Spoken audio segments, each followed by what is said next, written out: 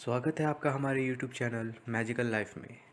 शुरू करने से पहले अगर आप हमारे चैनल पर नए हैं तो हमारे चैनल को सब्सक्राइब कर लीजिए, इस वीडियो को लाइक कर दीजिए और इस वीडियो को अंत तक देखें ताकि आपको इस वीडियो का पूरा लाभ मिल सके।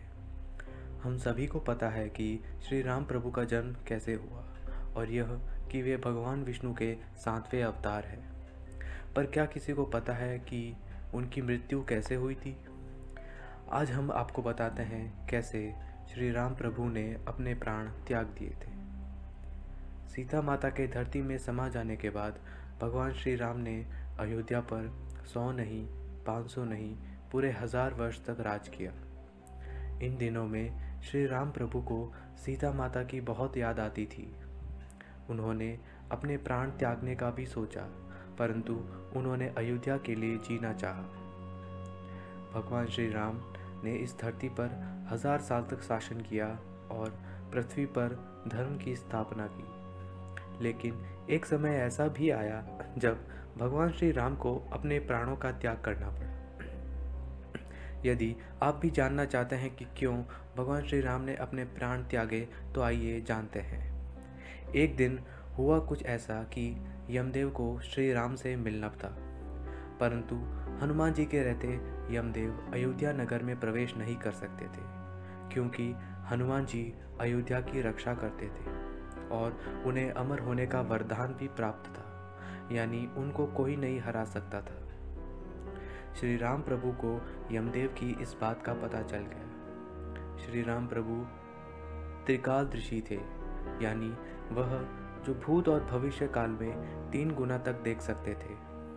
तो श्री राम प्रभु ने जानबूझकर अपनी अंगूठी संकरी जगह पर फेंक दी, जहां और भी बहुत सारी अंगूठियां थीं, और हनुमान जी को उसे ढूंढने के लिए कहा। इस संकरी जगह में जाने के लिए हनुमान जी को छोटा होना पड़ा।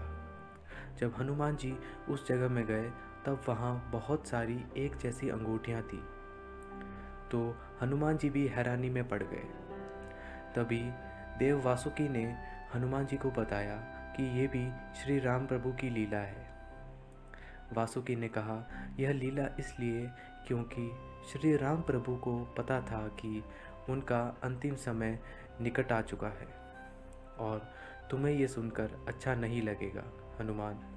श्री राम प्रभु तुमसे पहले जन्मे थे और वे दोबारा जन्म लेंगे। फिर यमदेव ने हनुमान जी की अयोध्या में अनुपस्थिति देखकर नगर में प्रवेश किया और एक संत का रूप धारण कर वे राम के महल पहुंच गए। उन्होंने वहां राम से मिलने का समय ले लिया। जब संत वेश में यमदेव श्री राम से मिले तो उन्होंने दोनों के बीच की बातचीत को गुप्त रखने के लिए यह शर्त रखी कि अगर हमारे बीच कोई आएगा तो द्वारपाल को मृत्युदंड दिया जाएगा। राम ने वचन दे दिया और हनुमान जी की अनुपस्थिति में लक्ष्मण को द्वारपाल बनाकर खड़ा कर दिया। तभी यमदेव ने अपने असली रूप में आकर कहा, प्रभु, आपका धरती पर जीवन पूर्ण हो चुका है, अब आपको अपने लोक लौटना चाहिए। तभी इस वार्तालाप के बीच में ही द्वार पर ऋषि दुर्वासा आ गए और लक्ष्मण के अंदर जाने की जिद करने लगे, अन्यथा श्री राम को श्राप देने की धमकी देने लगे। लक्ष्मण भी अब दुविधा में पड़ गए। आज्ञा का उल्लंघन करें तो मृत्युदंड मिलेगा, नहीं करें तो मेरे प्रभु श्री राम को श्राप मिलेगा। ऐसे में उन्होंने कठोर निर्णय लेते हुए ऋषि दुर्वासा को अंदर जाने की अनुमति दे दी।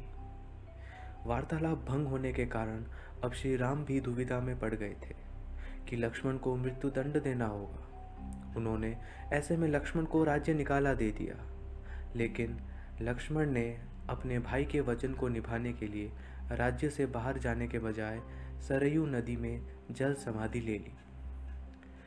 लक्ष्मण के सरयू नदी में समाधि लेने से राम दुखी हुए और उन्होंने भी जल समाधि लेने का निर्णय किया। तब प्रभु श्री राम ने अपना राजपाट और पद अपने पुत्रों के साथ अपने भाई के पुत्रों को सौंप दिया। सरयू नदी में जल समाधि लेते वक्त उनके साथ हनुमान, जामवंत, सुग्रीव, भरत, शत्रुघ्न आदि सभी लोग खड़े थे।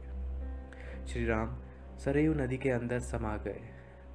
तब फिर कुछ देर के बाद नदी के भीतर से भगवान विष्णु प्रकट हुए और उन्होंने अपने भक्तों को दर्शन दिए। इस प्रकार से श्री राम प्रभु ने अपना स्थूल रूप त्याग कर वास्तविक स्वरूप विष्णु का रूप धारण किया और वैकुंठ धाम की ओर प्रस्थान किया।